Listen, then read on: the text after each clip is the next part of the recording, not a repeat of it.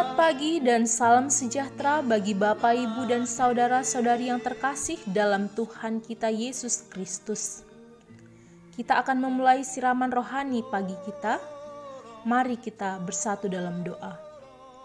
Bapa kami yang bertahta di dalam kerajaan surga, kami bersungguh bersyukur atas segala penyertaan-Mu.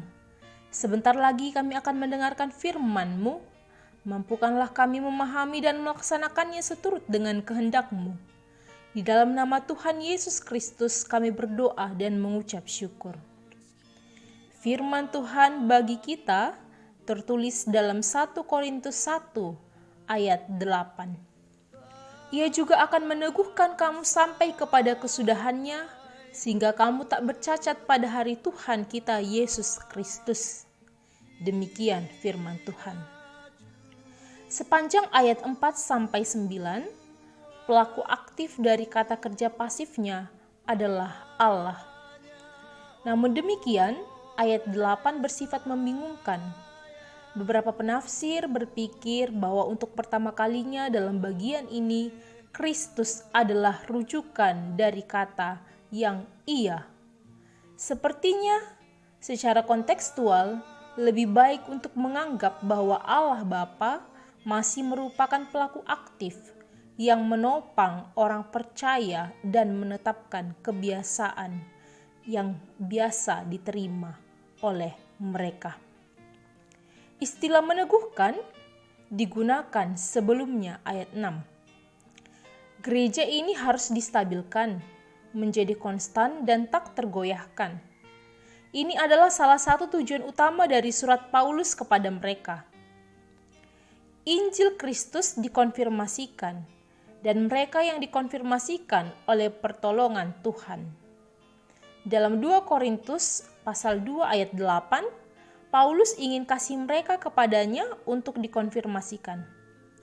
Alkitab memiliki dua kebenaran yang tampak berparadoks tentang hubungan orang percaya dengan Allah. Pertama, bersifat perjanjian. Karena itu melibatkan respons iman dan pertobatan awal, serta yang berkelanjutan. Kita harus rajin untuk menjaga hubungan kita. Kedua, aman dalam kesetiaan Allah. Tidak ada yang bisa mencuri hubungan kita dengan Allah. Keamanan dan ketekunan keduanya adalah Alkitabiah. Istilah konsep tak bercacat secara teologis menggambarkan keadaan asli umat Tuhan.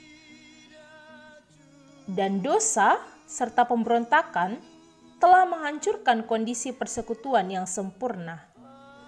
Manusia merindukan pemulihan persekutuan dengan Allah karena mereka diciptakan dalam gambar dan rupanya. Allah telah berurusan dengan umat manusia berdosa dengan berbagai cara. Misalnya melalui pemimpin yang saleh seperti Abraham, Musa, dan Yesaya.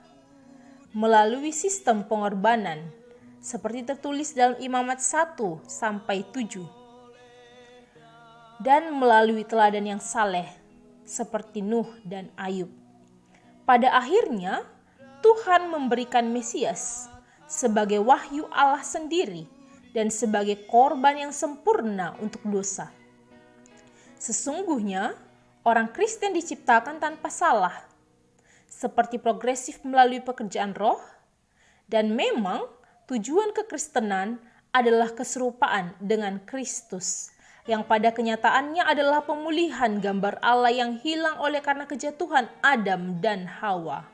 Sehingga pada hari Tuhan kita Yesus Kristus, yakni pada hari kedatangan kedua Yesus, di mana Yesus Kristus sebagai wakil Yahweh dalam penciptaan, penebusan, dan penilaian, kita semua memiliki keserupaan dengan Kristus dan tak bercacat.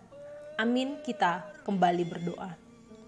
Bapa kami yang baik yang kami kenal di dalam nama anak-Mu Tuhan Yesus Kristus, terima kasih karena firman-Mu yang meneguhkan kami agar sampai kepada kesudahannya kami tak bercacat dan layak sempurna pada hari kedatangan kedua Yesus Kristus. Layakkanlah kami Bapa untuk menjadi serupa dengan Kristus melalui pekerjaan Roh Kudus-Mu, dan mampukanlah kami menjadi saluran berkat bagi diri kami, bagi orang lain, dan menjadi alat kecil untuk kemuliaan nama-Mu.